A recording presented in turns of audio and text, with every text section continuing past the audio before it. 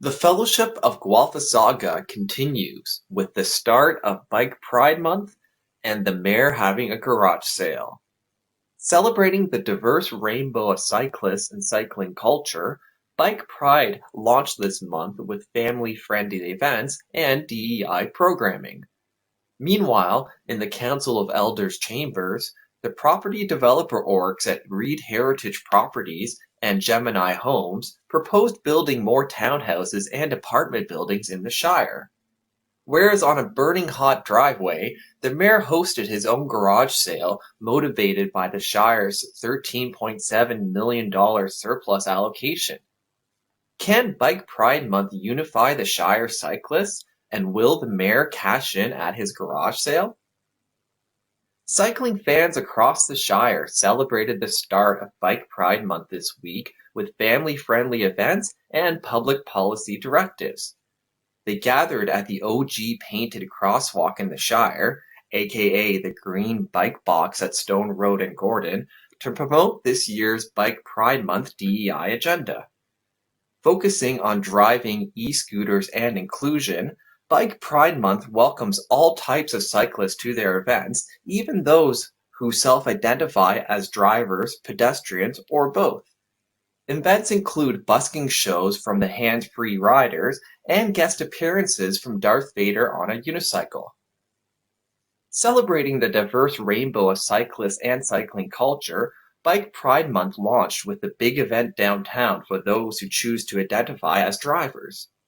Hosted by Price Adventures, the Shire's exotic car show drew big crowds to Carden and McDonald Streets on Sunday to raise funds for Big Brothers and Big Sisters. Both actual drivers and cyclists who choose to identify as drivers walked in unison as they discussed the common driving safety concerns, such as the death trap drive-through at McDonald's downtown. Another inclusive event for cyclists later this month is the 10th annual Tour de Guelph, presented by Label Design Limited. They are looking for 100 volunteers for the event on Sunday, June 25th, so hopefully the nighttime glow riders and winter road warriors sign up to help. The final part of Bike Pride Month DEI agenda is the E for e-scooters. The e-scooter program is being pushed by Rodrigo of Gawler and the creatures of the province through their overlords at Queen Lizard's Park. To participate in the program, the Council of Elders is required to pass a bylaw by next month that allows e-scooters in the Shire and where they can be used. Identifying e-scooters as a device without pedals, a seat, or exceeding a maximum speed of 24 kilometers per hour, they cannot carry passengers or cargo, which is unfortunate for Uber Eats delivery drivers. The bylaw would identify e-scooters as drivers, cyclists, or pedestrians, so conflicts could arise between these groups. The Council of Elders could easily identify which groups to not mix together, such as cyclists and e-scooters, but they won't get that information in time since they waived the standard requirement for public consultation on the e-scooters bylaw. Carly of Classen and the Elder Elves will have to instead rely on their elven intuition as public feedback was blocked again, just like the Corporation of the Shire did last month with their Twitter account.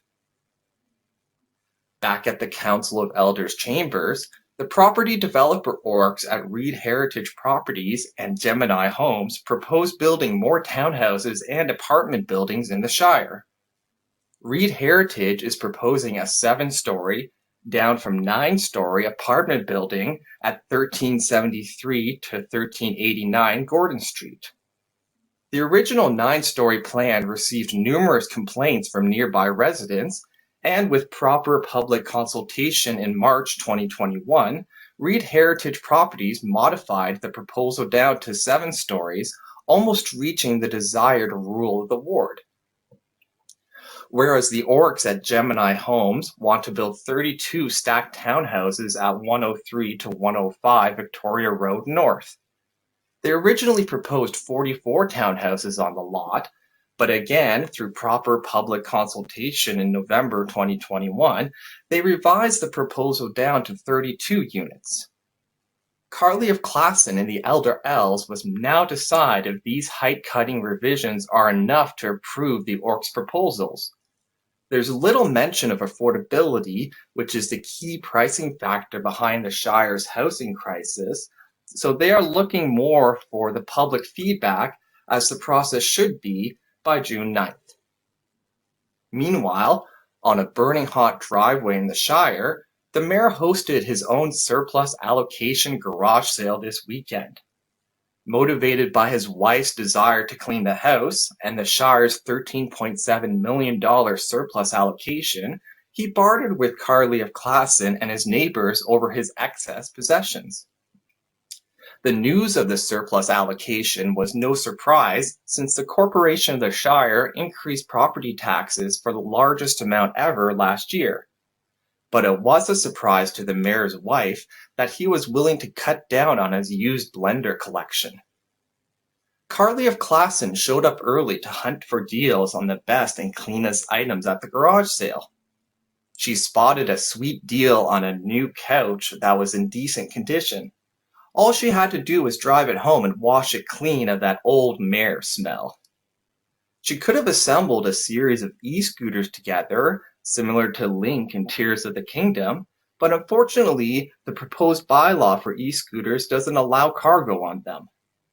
Luckily, like most people, Carly had a friend with a truck, so she successfully got her new couch home with the cost of a few beers.